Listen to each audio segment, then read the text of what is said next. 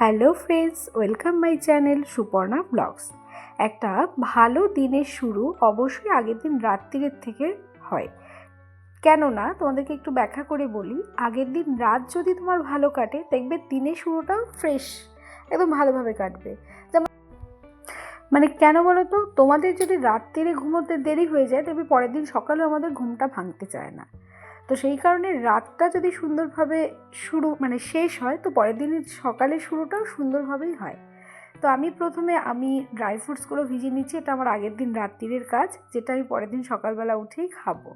তো আমার অনেক রকম ড্রাই ফ্রুটস ছিল, কেননা আমার পড়াশুনোর পাশাপাশি আমার হেলথের কেয়ারটা করাও খুব জরুরি।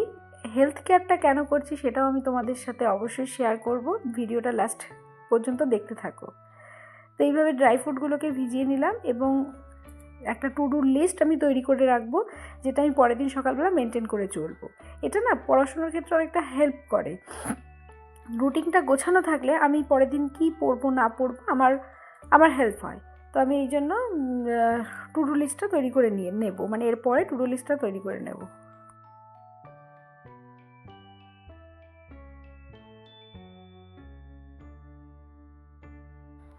তো এটা কমপ্লিট হয়ে গেল। এইবারে আমার কাজ হচ্ছে টু ডু লিস্ট তৈরি করা। তো দেখা হচ্ছে তোমাদের সাথে পরের দিন সকালে, এবং পরের দিন সকালের ব্লগটা আমি পুরোটাই দেব। তো এখান থেকে শুরু হচ্ছে আমার মর্নিং। তো একবার গুড মর্নিং বলে নিই। আমি ঘরের বিছানাটা একদম টিপটাপ করে গুছিয়ে নিয়েছি এবং আমার যে ভিজানো ড্রাই ফ্রুটটা রেখেছিলাম সেটাকে বাটি থেকে জলটা ফেলে ধুয়ে নিয়ে এসে পড়তে বসে গেছি।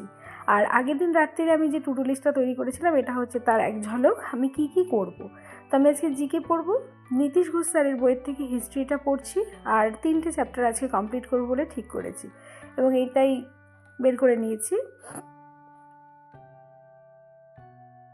আগের ভিডিওতে বলেছি যে পড়াশোনার মাঝখানে আমার অনেকটা গ্যাপ চলে গেছিলো, আর সেটাই তোমাদের সাথে আজকে বলবো যে কেন আমার গ্যাপ চলে গেছিলো। প্রথম কথা, ফুড এসআই পরীক্ষাটা দেওয়ার পর থেকে আমার মন ভেঙে গেছিলো, কেননা ওইটার জন্য খুব বেটার করে প্রিপারেশান নিয়েছিলাম এবং পরীক্ষাও মোটামুটি ভালোই দিয়েছিলাম। কিন্তু যখন পরীক্ষার হল থেকে বেরিয়ে শুনলাম কোশ্চেন আউট হয়ে গেছে, তারপর এখন তো কেস চলছে, তো মন ভেঙে যাওয়ার কারণে বেশ কিছুদিন পড়িনি। আর সেকেন্ড কারণ হচ্ছে আই অ্যাম প্রেগনেন্ট। তো সেই কারণে আমাকে একটু হেলথের দিকটাও খেয়াল রাখতে হয়, পাশাপাশি পড়াশুনো। তো সব কিছু মেনটেন করে একটু আমার গ্যাপ চলে গেছিলো। এছাড়াও প্রেগনেন্সির টাইমের প্রথম দিকটা আমি একদমই পড়তে বসতে পারতাম না, আমার খুব প্রবলেম হতো। এখন ধীরে ধীরে একটু সুস্থ আছি, তো যেই কারণে পড়াশোনাটা তোমাদেরকে আমি বলেছি যে আমি অনেকটা গ্যাপ দিয়ে ফেলেছি, আমার পড়াশোনাটা সেভাবে হয়নি।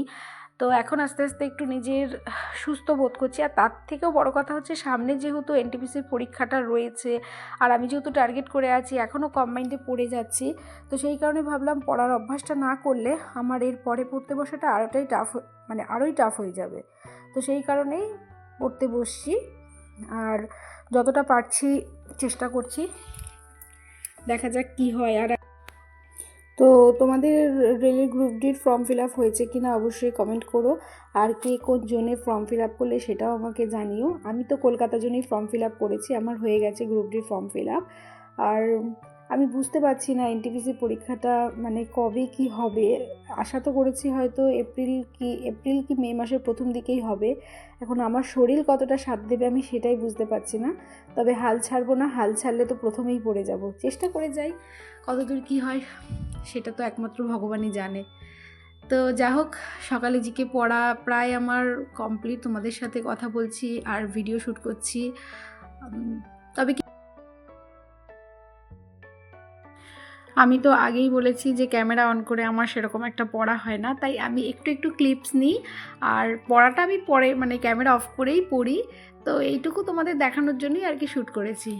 তো যা হোক, এবার আমি আস্তে আস্তে উঠে পড়বো। এবার যেহেতু হাউসওয়াইফ সেই কারণে সকালের কিছু কাজ থাকে, তো কাজবাজগুলো কমপ্লিট করে স্নান টান করে দেন দেখা হচ্ছে তোমাদের সাথে আবার দুপুরবেলার দিকে।